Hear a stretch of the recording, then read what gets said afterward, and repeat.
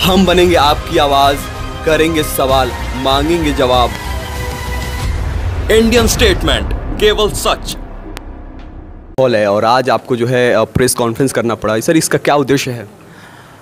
7 मार्च 2019 को, यानी कि 4 दिन पहले इलाहाबाद हाई कोर्ट ने यूपी गवर्नमेंट को नोटिस दिया है कि डॉक्टर कफील के सस्पेंशन की डिपार्टमेंट इंक्वायरी जो पिछले 18 महीने से चली आ रही है, ख़त्म ना होने का नाम नहीं ले रही है, उसको 90 दिनों के अंदर ख़त्म करें।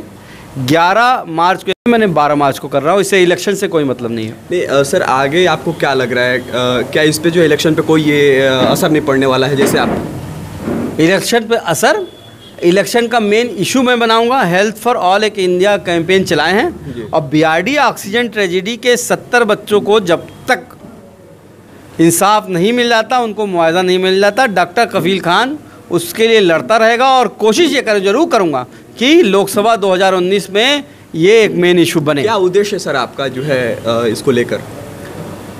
इसको लेकर सबसे इम्पॉर्टेंट उद्देश्य है कि जो 70 बच्चे मर गए उनके पेरेंट्स को मुआवजा दिया जाए, गवर्नमेंट अपनी गलती माने, और जो ये जो 14 रिमाइंडर मिले हैं जी, जिसमें district magistrate, DGME, principal secretary, health minister, ये सारे शामिल थे। कमीशन के चक्कर में इन्होंने पेमेंट नहीं किया और ये लेटर अप्रैल का लिखा हुआ है। सर कौन कौन है जिम्मेदार, मतलब अभी तक जो है? सबसे ज़्यादा अगर आप मुझसे पूछेंगे जिम्मेदार में स्वास्थ्य मंत्री आशुतोष टंडन, प्रमुख सचिव डीजीएमई महानिदेशक चिकित्सा एवं स्वास्थ्य सेवाएं डॉक्टर के गुप्ता जी, और डिस्ट्रिक्ट मजिस्ट्रेट डॉक्टर राजीव रतोला। इन सबको बचाने के लिए योगी गवर्नमेंट ने एक खेल खेला था और बलि का बकरा बनाया था बस। लेकिन सर आपके ऊपर जो है उस समय अगस्त के जो महीने में आपके ऊपर जो है बहुत ज़्यादा ये डॉक्टर कफील 2 दिन जो है टीवी चैनलों से लेकर हर जगह, प्रिंट मीडिया में हर जगह डॉक्टर कफील ही नज़र आ रहे थे। तो उस समय उसके बाद से तुरंत सर अलग ही ये पलट गया ही। यार देखो, उस रात में जब मुझे मैसेज मिला तो मैं तो चला गया वहाँ पे, कोई और सीनियर कंसल्टेंट आया नहीं। जूनियर कंसल्टेंट ने, हम लोगों ने मिलके 48 घंटे काम किया, उसको मीडिया ने देखा और इसी वजह से उन्होंने मसीहा फरिश्ता बनाया। अब जो वहाँ पे 2 दिनों की बातें हो रही थी, उसके हिसाब से जो ये सारे कल्प्रिट से उनको कैसे बचाया जाए, उसके लिए योगी जी ने एक खेल खेला था। उस वक्त मुझे याद है जेपी नड्डा भी सर थे वहाँ पे, शिवप्रताप शुक्ला यूनियन मिनिस्टर थे और डीएम और एसएसपी भी थे, और उन्होंने तू डॉक्टर कफील है, तू सिलेंडर लाया था, तू सोचता है सिलेंडर ला के तू हीरो हो जाएगा। गोरखपुर के जो होंगे तू और आप में बहुत डिफरेंस समझते हैं। उसके बाद से ही सारा मीडिया नैरेटिव चेंज हो गया। किसी ने मुझे वाइस प्रिंसिपल बना दिया, किसी ने मुझे हेड ऑफ द डिपार्टमेंट बना दिया, किसी ने मुझे 100 वाट का इनकेफ्लाइटिस हेड बना दिया। लेकिन वास्तविक रूप से आप थे क्या सर उस समय? मैं लेक्चरर था। ये 8 अगस्त 2016 यानी कि 1 साल पहले मैंने ज्वाइन किया था as a lecturer, junior most consultant था वहाँ पे मैं। आज तो सर आप हीरो बन गए हैं, तो आगे आपका क्या उद्देश्य है? आप राजनीति में आना चाहते हैं या फिर हेल्थ सेवाएं ही करेंगे? हीरो किस तरह से बना हूँ यार? देखो, 18 महीने से नौकरी नहीं है, रोटी कहते हैं खुद से कमानी पड़ती है। कैसे ज़िंदगी चल रही है हम ही जानते हैं।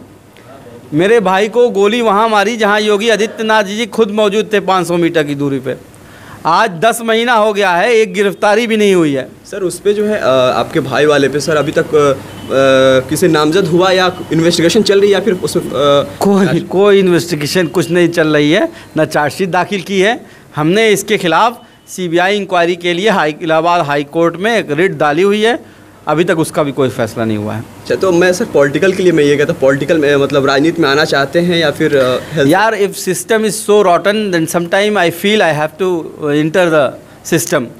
पॉलिटिक्स में शायद इतनी गंदगी हो गई है कि उसको सुधारने के लिए आना भी पड़ सकता है। सर आपने कुछ देर पहले अभी 10 बिंदुओं की बात की, 10 बिंदु क्या क्या थे जिस पे सर आप उन लोगों के सामने जाएंगे? हमने जो सबसे इम्पॉर्टेंट पॉइंट्स बनाए हैं उसमें जीडीपी जो हमारा अभी 1.2% ऑफ जीडीपी के हेल्थ पे खर्च करते हैं उसको बढ़ा के 2.5% करना। जो 1.5 लाख वैकेंसियाँ हेल्थ सेक्टर में हैं उनको पूरी करना। आंगनवाड़ी आशा वर्कर जो यूनिट मानी जाती है किसी भी हेल्थ सिस्टम को, उनकी एक नियमित सैलरी में ना 250, 500, 2000 रुपये से काम नहीं चलेगा। इसके अलावा हाइपरटेंशन, डायबिटीज़ की दवाएं और ओपीडीज़ की दवाएं में जीएसटी को ख़त्म करना, जो न्यूअर टेक्नोलॉजीज़ की मशीनें इंपोर्ट की जाती हैं उसमें जीएसटी 18% से घटा के 5% करना, और health for all irrespective of caste, irrespective of religion, irrespective of gender, geographical area। अब आप ऐसे बता दूं कि दिल्ली में इतने डॉक्टर हैं कि WHO मान को भी पूरा कर देते हैं, उससे ज़्यादा ही हैं। और आप झारखंड चले जाइए, यूपी आ जाइए, बिहार आ जाइए, वहाँ पे एक डॉक्टर 51,000 लोगों को ट्रीट कर रहा है।